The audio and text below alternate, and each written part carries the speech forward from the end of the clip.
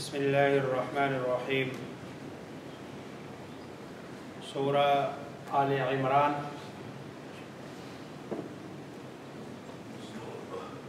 آیت نمبر 1 سے 5 تک۔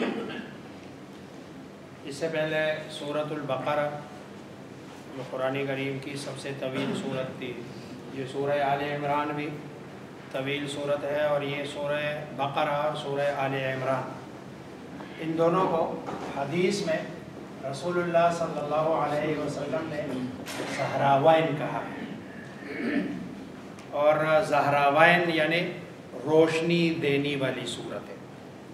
گویا کہ یہ دونوں دل کو روشن کرتی ہے، کیونکہ یہ دونوں صورتیں قرآن کریم کی حقانیت اور رسول اللہ صلی اللہ علیہ وسلم پر حقانیت کے دلائل اس کے اندر موجود ہے۔ ان دونوں صورتوں میں بڑا گہرا تعلق بھی ہے۔ سورہ بقرہ بھی الف لام میم سے سٹارٹ ہے، اور سورہ آل عمران بھی الف لام میم سے اس کی ابتدا ہوئی ہے۔ سورۃ البقرہ میں بھی انتہا آخری رکوع یہ دعائیں ہیں، لا یکلف اللہ نفسا الا وسعها لها ما کسبت وعلیہا ما اکتسبت ربنا لا تؤاخذنا ان نسینا۔ اور سورہ آل عمران کے آخری رکوع میں بھی 3-4 آیات دعاؤں پر مشتمل ہے، جیسے ابھی مغرب کی نماز میں جو ہم نے پڑھی ہے، ربنا اننا سمعنا منادیا ینادی للایمان، یہ ساری دعائیں ہیں۔ تو گویا کہ وہاں سٹارٹ الف لام میم سے، انتہا دعاؤں پر، یہاں پر بھی سٹارٹ الف لام میم سے اور انتہا دعاؤں پر۔ وہاں دوسری آیت ہے ذالک الکتاب لا ریب فیہ، اور یہاں پر بھی نزل علیک الکتاب بالحق، کہ وہاں ذالک الکتاب یہ کتاب، اس میں کوئی شک، اور یہاں پر بھی آیت ہے دوسری نزل علیک الکتاب بالحق، یہ قرآن اتارا ہم نے آپ پر حق کے ساتھ، گویا کہ یہ حق اور سچ کتاب ہے۔ پھر اس کے بھی 2 ٹکڑے ہیں۔ پہلے جو اس دن بھی میں نے بتایا تھا کہ ابتدائی جو تقریباً 20 رکوع ہے اس کے، ان سب کا تعلق یہود کے ساتھ ہے، یہود کو براہ راست خطاب کیا گیا ہے، اور اگلی جو باقی رکوعات ہے ان سب کا تعلق اس امت محمدیہ صلی اللہ علیہ وسلم کے ساتھ۔ اس کا بھی یہی ہے، لیکن اتنا فرق ہے کہ اس کی ابتدائی جو 20 رکوعات ہے اس کا تعلق عیسائیوں کے ساتھ ہے، اور آخری جو حصہ ہے، دوسرا حصہ ہے، اس کا تعلق اس امت محمدیہ، گویا کہ وہاں پر بھی یہ 2 امتوں کو مخاطب کر کے، اور یہاں پر بھی 2 امتوں کو، وہاں یہود اور اہل ایمان کو یعنی اسلام کو مخاطب، اور یہاں عیسائیوں کو اور اہل ایمان کو یعنی اسلام والوں کو خطاب کیا گیا ہے۔ تو بڑا گہرا تعلق ہے۔ اس بنیاد پر رسول اللہ صلی اللہ علیہ وسلم نے دونوں کو زہراوین یعنی ایسی 2 صورتیں کہ جو روشنی دینے والی ہے، روشن کرنے والی صورتیں ہیں۔ الف لام میم یہ حروف مقطعات میں سے ہے، اور حروف مقطعات الف لام میم پہلے بھی میں اس پہ بات کر چکا ہوں، یہ قاف تا عین قطع سے ہے، اس لیے اس کو علم نہیں پڑھا جاتا ہے، ملا کے نہیں پڑھا جاتا ہے، اس کو کاٹ کاٹ کے پڑھا جاتا ہے، الف لام اور میم۔ ورنہ تو آگے اب دیکھو اللہ، آپ اس کو الف لام ہا نہیں پڑھتے ہیں بلکہ اللہ پورا پڑھتے ہیں۔ یہ حروف مقطعات ہے، اور یہ جن جن صورتوں کے ابتدا میں حروف مقطعات ہے، جس کا معنی صرف اللہ کو پتہ ہے، اس کے علاوہ کسی کو اس کا معنی نہیں پتہ۔ اصل میں بتلانا یہ مقصود ہے کہ بھئی آپ کا جو علم ہے جتنا بھی ہو کس حد تک پہنچ جائے، اللہ کے مقابلے کا نہیں ہے، اور آپ بالکل سٹارٹ میں گویا کہ اپنی کم علمی کا اعتراف کر لیتے ہیں کہ میرے پاس علم نہیں ہے، علم وہی ہے جو مجھے اور آپ کو اللہ عطا کر دے، اور اسی پر ہم چلتے ہیں۔ اللہ لا الہ الا ہو، اللہ وہ لا نہیں، الہ معبود الا مگر وہ، الحی زندہ ہے، القیوم سب کو قائم رکھنے والا ہے۔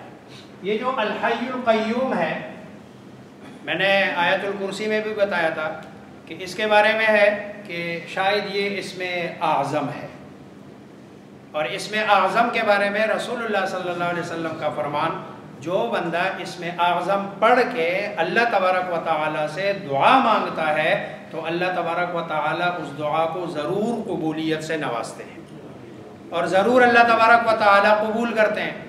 اب یہ جو اسم اعظم ہے، اس کا رسول اللہ صلی اللہ علیہ وسلم نے کھل کر تو نہیں بتایا، جیسے کہ شب قدر کے بارے میں رسول اللہ صلی اللہ علیہ وسلم نے کھل کے نہیں بتایا۔ یہ بتایا، قرآن بتاتا ہے کہ بھئی شب قدر ایک رات ہے کہ جس کی عبادت بہت زیادہ ہے، 1000 مہینوں سے بڑھ کر اس میں اگر کوئی بندہ عبادت کرتا ہے۔ اب رسول اللہ صلی اللہ علیہ وسلم نے فرمایا کہ آپ اگر شب قدر کو ڈھونڈنا ہے تو رمضان میں ڈھونڈو، رمضان میں نہیں تو آخری عشرے میں، آخری عشرے کی طاق راتوں میں ڈھونڈ لو، تاکہ زیادہ سے زیادہ بندہ اس کو ڈھونڈنے میں صرف کرے اور اللہ کی زیادہ سے زیادہ عبادت کرے۔ اس کے بارے میں رسول اللہ صلی اللہ علیہ وسلم کا فرمان ہے کہ اسم اعظم کو قرآن کریم کی 3 صورتوں میں ڈھونڈو، سورہ بقرہ، سورہ آل عمران اور سورہ طٰہٰ۔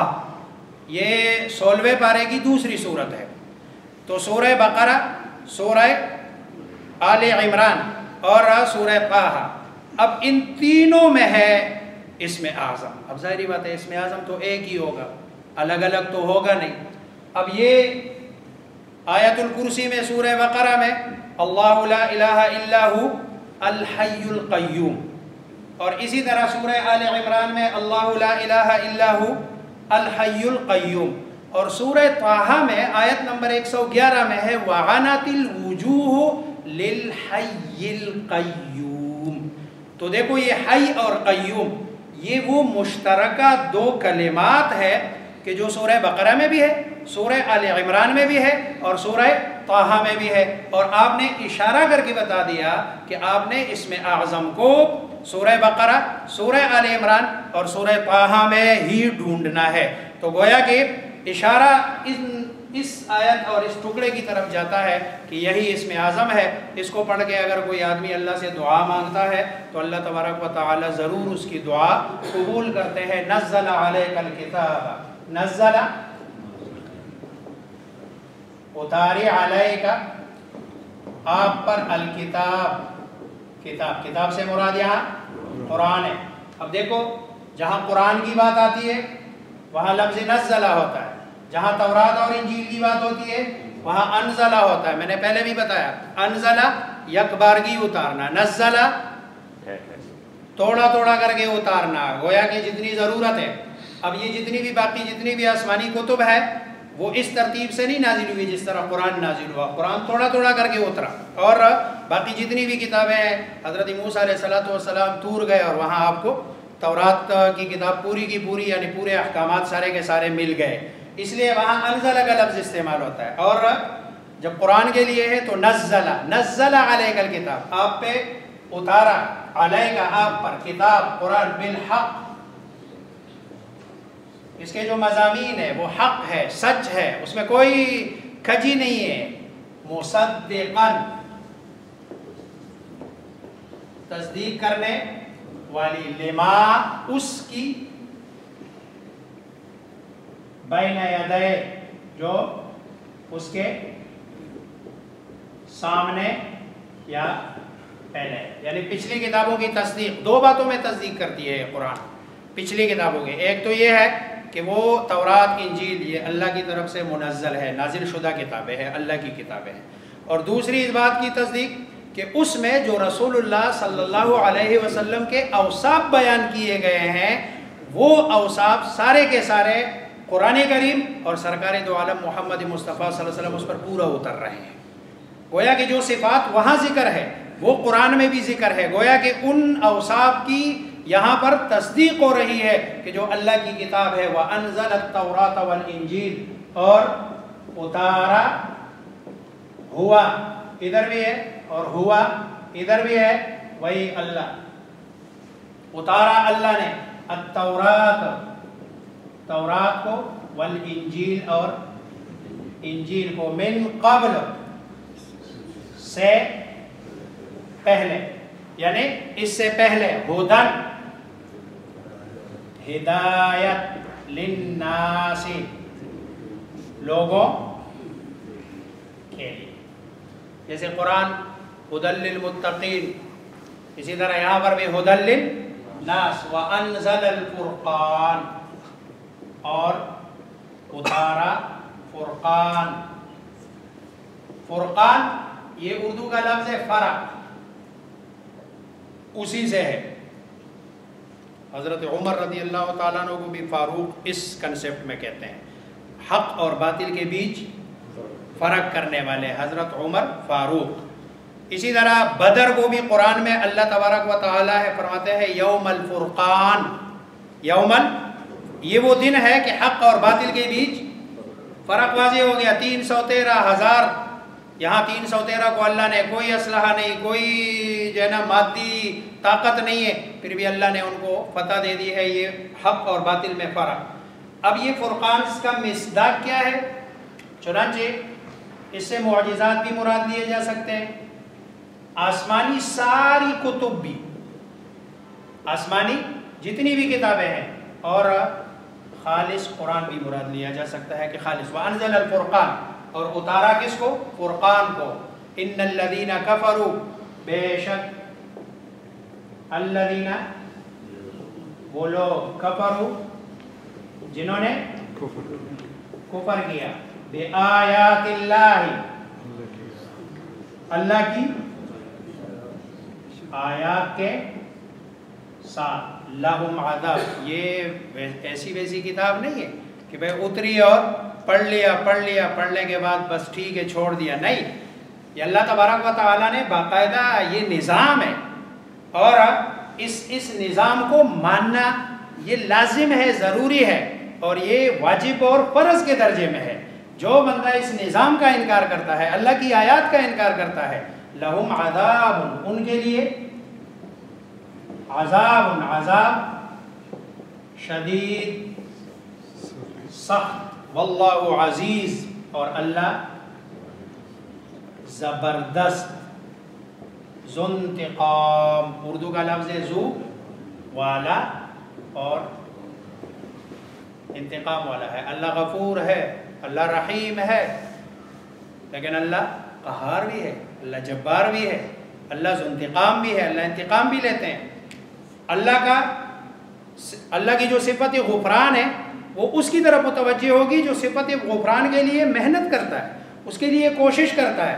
ورنہ تو اللہ تبارک و تعالی عزیز بھی ہے، زبردست بھی ہے، اور ذو انتقام بھی ہے، انتقام والا بھی ہے. ان اللہ، بے شک اللہ، لا یخفا، نہیں، یخفا اردو کا لفظ ہے، نہیں مخفی ہے، علیہ، اس پر، شیئن، کوئی چیز، فی الارض، زمین میں، ولا فی السماء، اور نہ آسمان میں. یہ اللہ تبارک و تعالیٰ کا علم بتایا جا رہا ہے کہ اللہ تبارک و تعالیٰ کا علم اتنا ساری کائنات کو محیط ہے کہ زمین اور آسمانوں میں کوئی بھی چیز ایسی نہیں ہے کہ جو اللہ کے علم سے باہر ہو اور اللہ سے مخفی ہو. چاہے دل کی بات ہو، چاہے سوچ ہو، چاہے فکر ہو، چاہے زمین کی تہوں میں ہو، چاہے آسمان کی بلندیوں پر ہو، سب اللہ تبارک و تعالیٰ اس کو جانتا ہے. اور آگے پھر اللہ تبارک و تعالیٰ کی قدرت کو بیان کیا جا رہا ہے کہ هو الذی یصورکم فی الارحام کیف یشاء. اللہ مجھے آپ سب کو سمجھنے، عمل کرنے کی توفیق عطا فرمائے.